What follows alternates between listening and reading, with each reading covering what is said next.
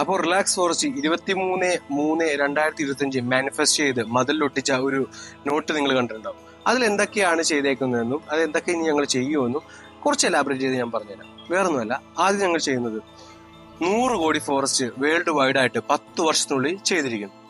രണ്ടാമത്, ആ ഒരു പ്രഗ്നന്റ് വുമൺ ആയിരിക്കും ഞങ്ങളുടെ ടാർഗറ്റ്. അതായത് ഒരു ബെറ്റർ സൊസൈറ്റിനെ കൊണ്ടുകൊണ്ട് നടക്കേണ്ട ആ ഒരു ഫ്യൂച്ചർ കുഞ്ഞു വരുന്നത് ആ ഒരു വുമ്പിൽ നിന്നാണ്, അല്ലെ, ആ ഒരു വയറ്റിൽ നിന്നാണ്.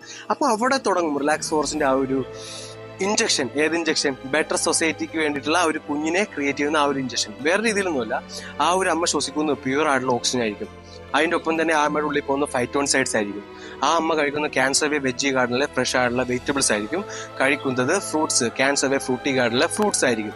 അപ്പോൾ അതുകൊണ്ട് തന്നെ ആ ഒരു കുഞ്ഞിന്റെ വളർച്ച, അവന്റെ ബ്രെയിൻ വളർച്ച, അവന്റെ സംസ്കാര വളർച്ച, ഇതെല്ലാം ബെറ്റർ ആകും. പിന്നെ ഞങ്ങൾ പഠിപ്പിച്ചു കൊടുക്കാൻ പോകുന്നത്, ഇപ്പോൾ ഒരു ടൈപ്പ് ഓഫ് സൊസൈറ്റി ഇറങ്ങിയിട്ടുണ്ട്, അല്ലെ, ഒരു ടൈപ്പ് ഓഫ് ആൾക്കാർ എല്ലാ മതത്തിലും ഇറങ്ങിയിട്ടുണ്ട്. അവരുടെ മതമാണ് വലുത്, മറ്റേ മതം വേറെയാണ്. കാരണം ഞാൻ ഒരുപാട് കേട്ടു, ഞങ്ങളുടെ ഈസ്റ്റർ, നിങ്ങളുടെ വിഷു നിങ്ങൾ പടക്കം പൊട്ടിക്കും, ഞങ്ങളുടെ ഈസ്റ്റർ ഞങ്ങൾ ഇത് സങ്കടപ്പെടാം, ഞങ്ങളുടെ പെരുന്നാള്.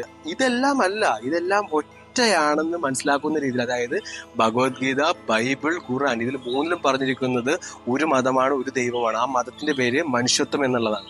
അപ്പോൾ ആ ഒരു കാര്യം കുട്ടീനെ ആ ഒരു ഗർഭസ്ഥ അവസ്ഥയിൽ മുതൽ ഞങ്ങൾ പഠിപ്പിക്കും. എങ്ങനെയാന്ന് വെച്ച് കഴിഞ്ഞാൽ, ആ ഒരു അമ്മയ്ക്ക് വായിക്കാൻ ഞങ്ങളൊരു ഗ്രന്ഥം കൊടുക്കും.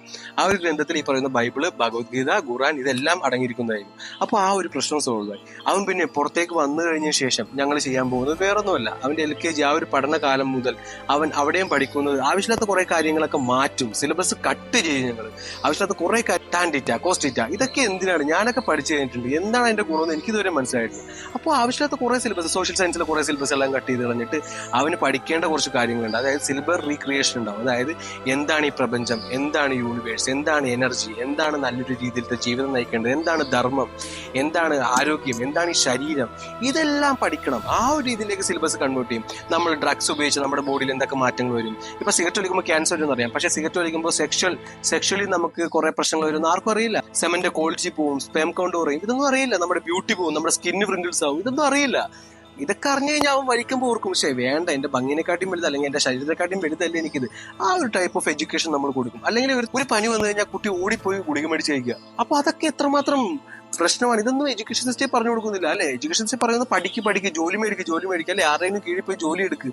അതൊക്കെ കംപ്ലീറ്റ് മാറ്റും. ഓക്കെ, സെൽഫ് ഓണ്ടർപ്രണർഷിപ്പ് ഉയർത്തും, അതായത് ഒരു ബിസിനസ് അതൊക്കെ ഉയർത്തി നല്ലൊരു ജനറേഷൻ ഞങ്ങൾ വാർത്തെടുത്തു. അങ്ങനെ വരുന്നൊരു കുഞ്ഞ് സ്വന്തം അമ്മയും അച്ഛനെയും ബഹുമാനിച്ചു. അതായത് ഇപ്പൊ അമ്മക്കും അച്ഛനും എല്ലാം കുട്ടികളെ പേടിയുള്ള അവസ്ഥയാണ്. കാരണം അവരും മൃഗാവസ്ഥയിലാണ് വളർന്നു വരുന്നത്, അല്ലേ.